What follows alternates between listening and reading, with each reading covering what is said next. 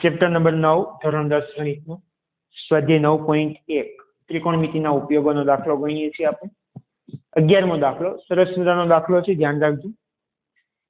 નહેરના એક કિનારા પર ટીવીનો ટાવર શિરોલંબ ઊભો કરવામાં આવેલો છે. પહેલા તો અહીંયા આકૃતિ આપેલી જ છે એટલે ચિંતા કરવાની જરૂર નથી, ન આપેલી તો દોરી પણ શકાય. નહેરના કિનારા પર ટીવીનો ટાવર ઊભો, આ ટીવીનો ટાવર છે. આ નહેરના એક કિનારા પર ઊભો કરવામાં આવ્યો છે. ટાવરની સામેના બીજા કિનારા પર, ટાવરની સામે આ બીજા કિનારા પર એક બિંદુથી ટાવરની ટોચનો ઉચ્છેદ કોણ કેટલા અંશનો છે? 60 અંશનો. એનો મતલબ કે આટલી નહેર છે. સમજાય છે? બીસી શું છે? નહેર છે.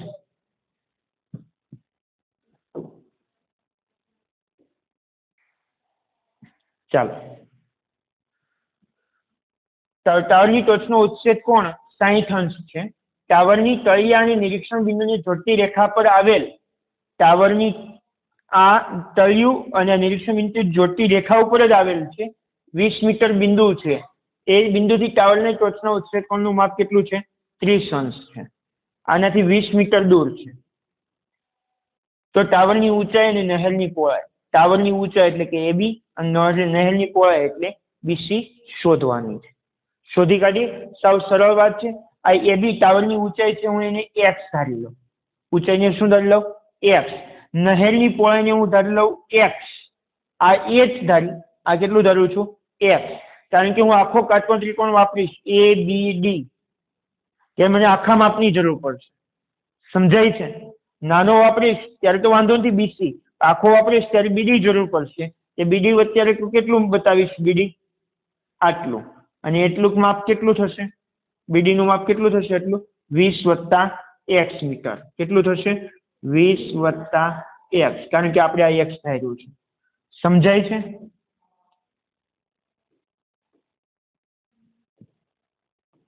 ચાલો, તો હું શું લખીશ? સૌથી પહેલા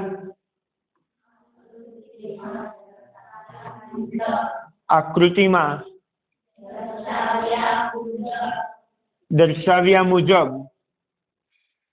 AB, બોલો AB શું છે? ટાવરની ઊંચાઈ કેટલી ધારી આપણે? x મીટર ધારો. કેટલી ધારો? BC શું છે? BC બોલો. નહેરની પહોળાઈ, નહેરની કેટલી ધારી? x મીટર ધારો. સમજાય છે? નહેરના કિનારેથી એક બિંદુ 20 મીટર દૂર આવેલું છે. નહેરના બીજા કિનારેથી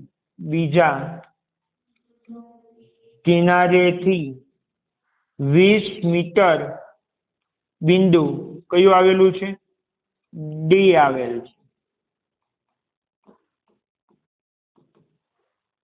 સમજાયું? તો બોલો BD કેટલું થશે? BD બરાબર 20 + x મીટર. શું થશે? BD બરાબર 20 + x મીટર. સમજાય છે? ચાલો, હવે આગળ દાખલો ગણીએ. હું કયો ત્રિકોણ લઈશ? કાટકોણ ત્રિકોણ. પેલા ABC. કયો કાટખૂણો દેખાય છે તમને અહીંયા? C. અને ખૂણો કેટલાનો છે? 60 અંશનો. તો શું લખીશ બોલો? ત્રિકોણ ABC માં, એક મિનિટ,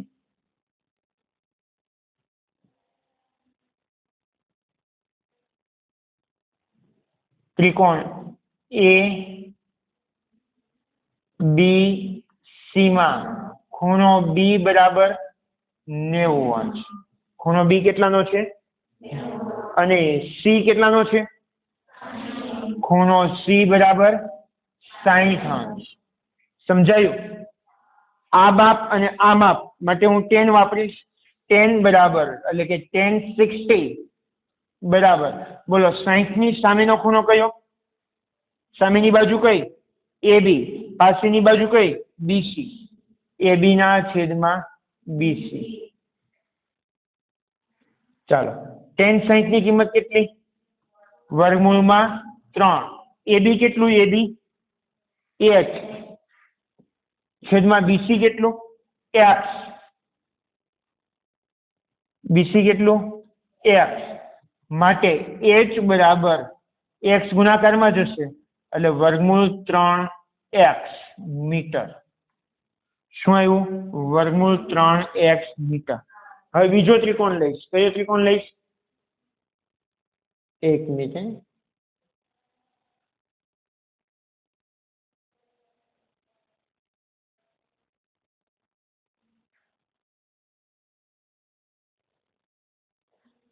ચાલો બીજો કયો ત્રિકોણ લઈશ